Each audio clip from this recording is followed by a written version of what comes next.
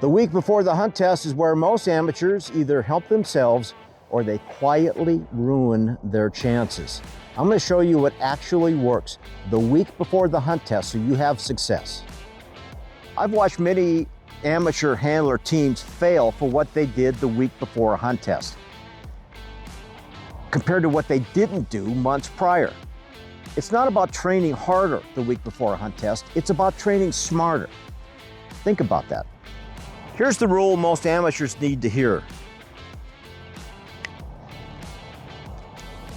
You're not trying to build new skills the week before a hunt test. You're trying to protect the confidence and clarity in the dog. If you remember nothing else, remember that in the week before a hunt test. I've said this in numerous videos before that I wear white 99% of the time when I'm out training because white gives me an edge in training to help them learn the concepts that I'm teaching because you can see this clearly, regardless if I'm running a hunt test or a field trial. But 1 or 2 weeks before a hunt test, you got to ditch the white. They have to get adjusted to seeing you or finding you in dark clothing or camo clothing. So the white comes off.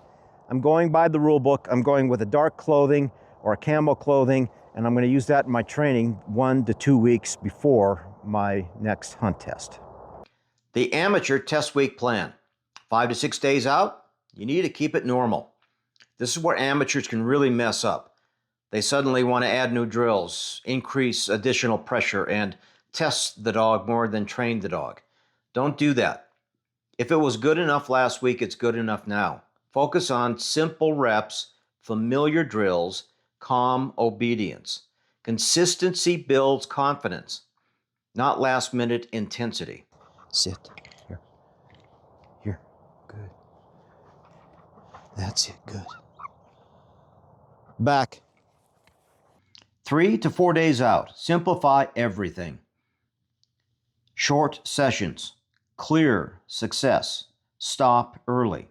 You want the dog finishing sessions thinking, wow, that was easy. This week is all about leaving the dog wanting more.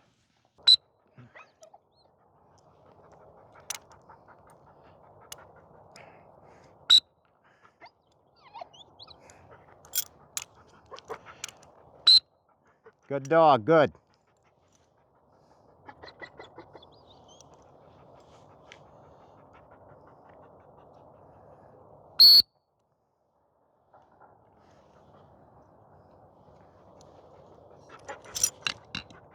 Atta guy, good. You sit. I don't know if you noticed what I did there. Up front was a very soft beep, beep, whistle inflection. Very important in running blinds. Little extra amateur / pro tip here. So he sat on each of those little beeps, but the farther away he got, that's when you give the big blast, is the big burst of air in the whistle. Heel, sit. 2 days out, mental rehearsal time. This is where amateurs can gain a real edge. You should be rehearsing your line setup, sending cadence calmly, watching the dog, staying quiet. Walk through it without pressure. You should not be figuring things out on test day. So it's just simple 4 little blinds. They kind of ran these before, so it's really just repeating some concepts. Going over a mound, going through some cover, jumping over a log, running to a white kite, as you saw, and just keeping it simple. Now you're probably thinking, well, I'm only running a junior dog. We don't do blinds in junior. Well, that's true. However, if I was running a junior dog, I would be out here doing simple little marks, but I'd also be doing some simple obedience, walking at heel, walking with a leash, those kind of things, getting in and out of a holding blind, walking up to the line. Here, sit down. Throwing some simple marks, just keeping it real simple and short. 4 little blinds here, and he is far from tired. So we're gonna call it good with him. I'm gonna run my other dog, Riv, and make him honor.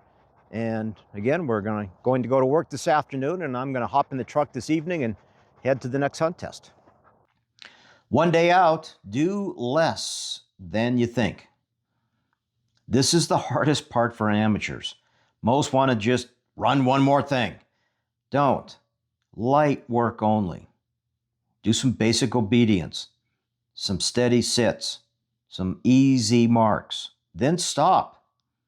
A slightly undertrained dog passes more tests than an overtrained one. It's important to get control of the dog in training the week or 2 weeks before the hunt test.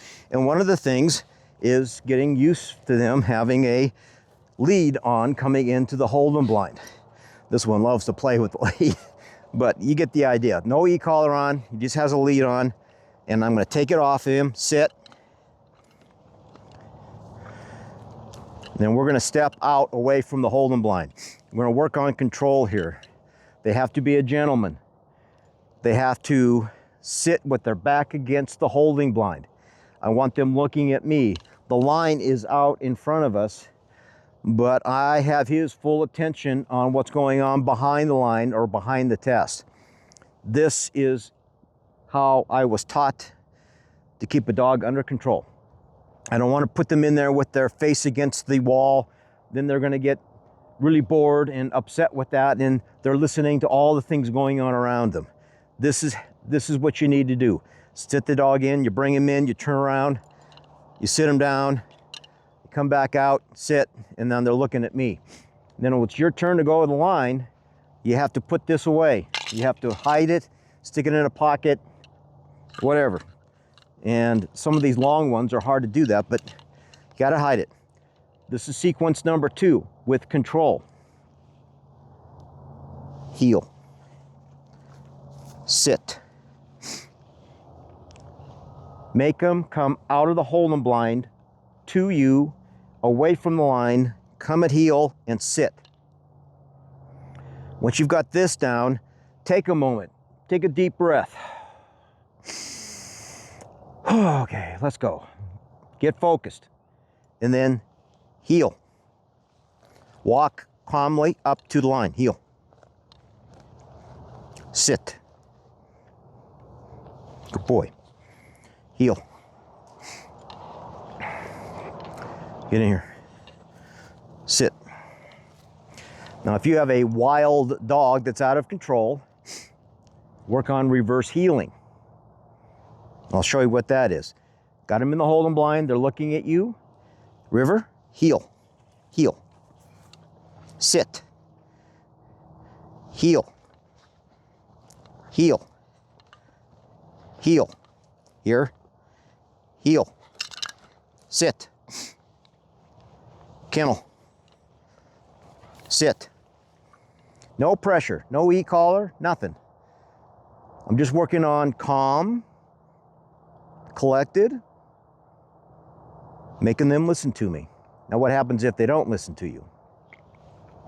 You may have to go back to putting on your choke chain or your choker or your long lead.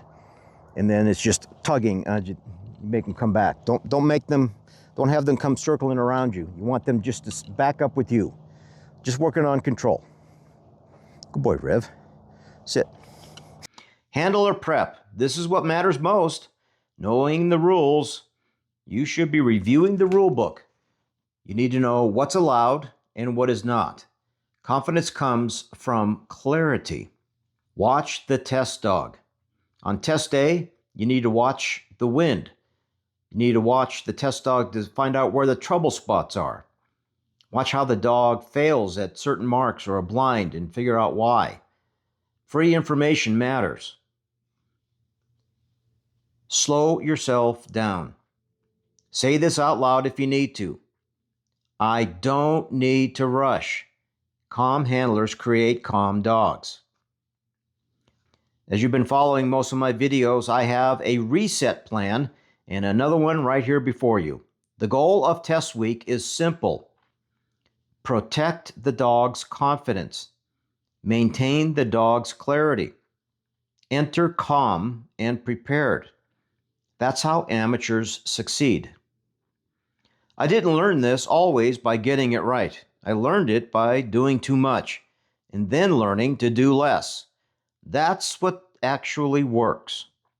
If you're an amateur handler who wants to walk to the line, calm and confident, please subscribe.